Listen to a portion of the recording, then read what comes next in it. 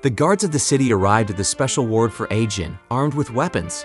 The remaining Ajin races were hiding in a corridor, attempting to escape to the underground port. However, the guards found them, capturing the Ajin races for the kidnapping of Princess and infiltration of the Hyperion ship. A guard spoke to the Ajin races, instructing them not to resist. Suddenly, someone appeared and attacked the guards. This person used Vraid magic, turning the guards into stone. The lights in the corridor dimmed, and the person approached the Ajin races. Using their magic again, they made the Ajin races bow down.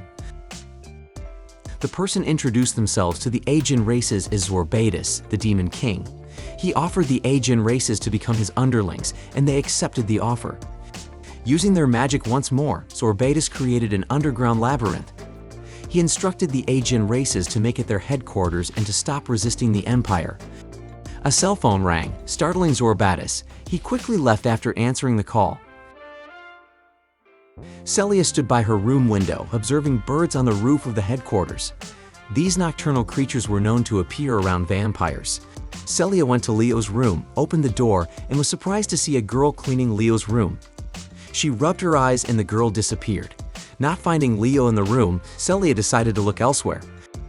Unable to locate Leo, she opted for a shower. Leo returned to his room using magic, pleased to have subdued the Ajin. He exited and went to Celia's room.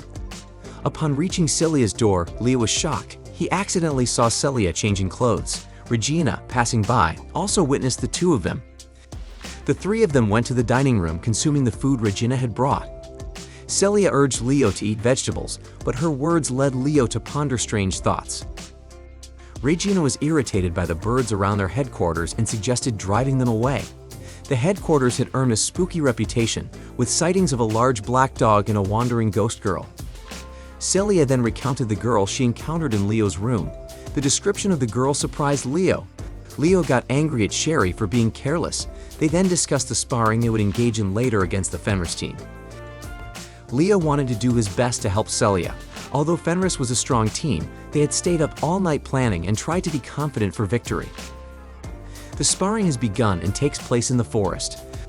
Leo moves alongside Celia as they cut one of the blue flags. Many people watch the sparring, including Tessera and her friends, who came to cheer for the team of 18. The supervisors also observe from a distance. Finna uses her Excalibur to monitor approaching enemies. Regina shoots enemies upon receiving instructions from Fina. They collaborate to attack the other enemies. Sakuya heads towards the center of the forest, running against Fenris ice wolves. The supervisors admire the team of 18's plan. Sakuya plays a role in diverting attention, while the team leader targets 4 small flags. They position themselves according to their individual abilities.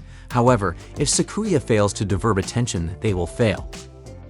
Celia chases the ice wolves in front of her, but she is caught off guard as another ice wolf comes from behind, biting her leg. Celia expresses anger towards Fenris and their accomplice. It turns out Fenris anticipated Celia and Leo coming to that location.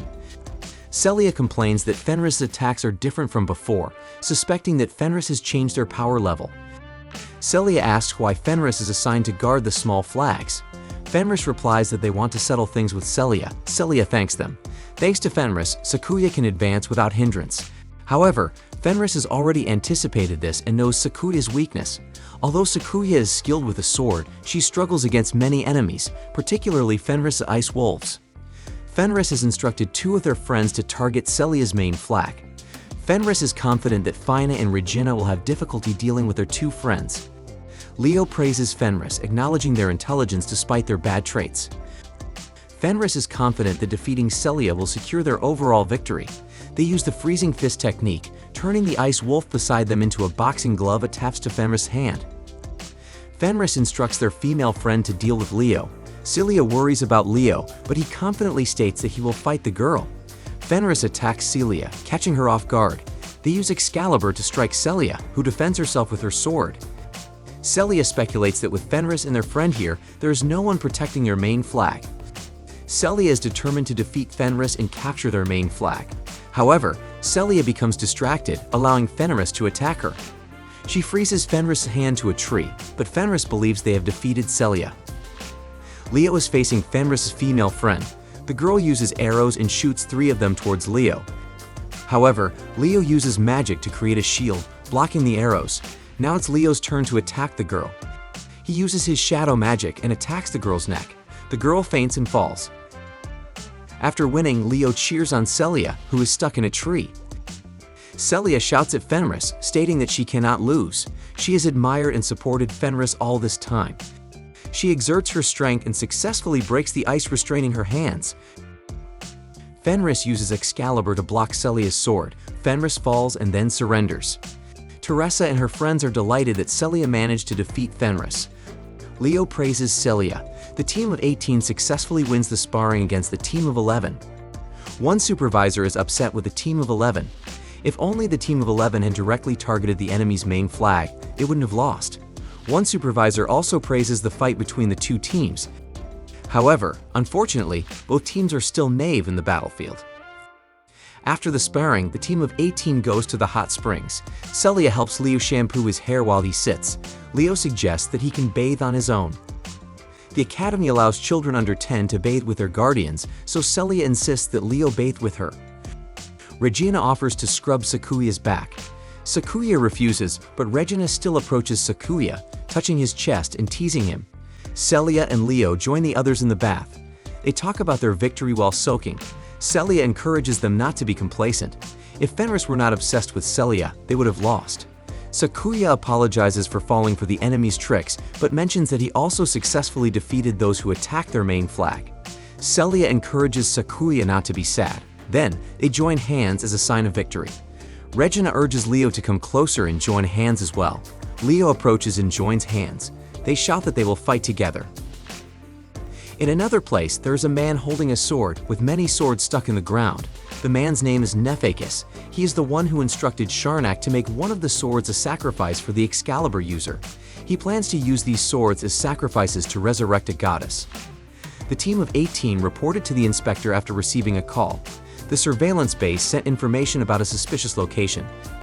They had dispatched drones to track the stampede signal in that location. The place turned out to be the third assault garden that had disappeared 6 years ago. It used to be the hometown of Roselia and Regina, now in ruins. The place was moving at full speed towards an island and was expected to collide with it in 7 days. Upon seeing the emergency signal, they speculated that there might be survivors or it could be due to engine damage. The inspector instructed the team of 18 to investigate the place. Their mission includes exploring the source of the signal, searching for survivors, investigating magic furnaces, and determining the cause of the city's movement. Finney asked the inspector why their group was chosen, guessing it might be related to Celia.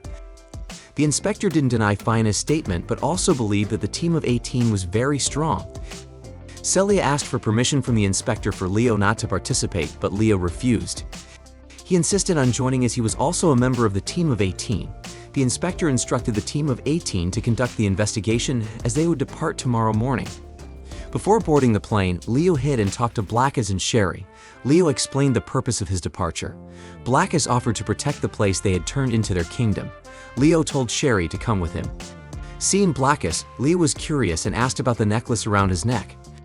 Blackus replied that the necklace was a gift from Sakuya. He wouldn't be treated like a stray dog and expelled after wearing that necklace.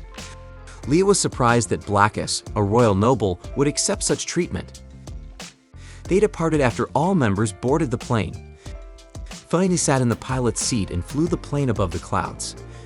Finney told her friends to sleep until they reached their destination. Regina told Leo to sleep on her lap, but Celia also told Leo to sleep on her lap. The two of them then argued. Regina took out an ear cleaner and pulled Leo's head onto her lap, cleaning his ears with it. Shortly afterward, Leo fell asleep feeling comfortable. While sleeping, Leo had a dream. In his dream, he was the Demon King cleaning himself while holding a woman. The woman told him that her time was running out and she would reincarnate 1,000 years later. She asked the Demon King if he would search for her at that time. The Demon King promised to find her, even if it meant traveling around the world. The woman also asked the Demon King to promise her something else, but before she could finish her sentence, Leo woke up from his sleep. Leo opened his eyes and saw Celia's face. It turned out Celia had asked Regina to take turns holding Leo. Regina peeked out the window and saw their destination. Thick sea fog surrounded the area, disrupting the view from above. They decided to descend their plane. After getting off the plane, they decided to split up. Celia and Leo chose to go to the central garden to inspect the magic furnace. Meanwhile, Fine, Regina, and Seculia were tasked with finding the source of the emergency signal. They all had to contact each other every hour. Fanny entrusted her Excalibur to Celia and Leo as a precaution. They dispersed and left the plane. Leo called Sherry, who had been following him. He instructed Sherry to follow Fina's group. Sherry was about to refuse her master's request, but Leo insisted, making Sherry agree. While walking, Celia stopped at a building. She remembered the place, a cafe with a yellow roof. Celia used to go there with her father to eat pastries. Next to the cafe was also a large grocery store. However, Celia felt sad as these places were now in ruins.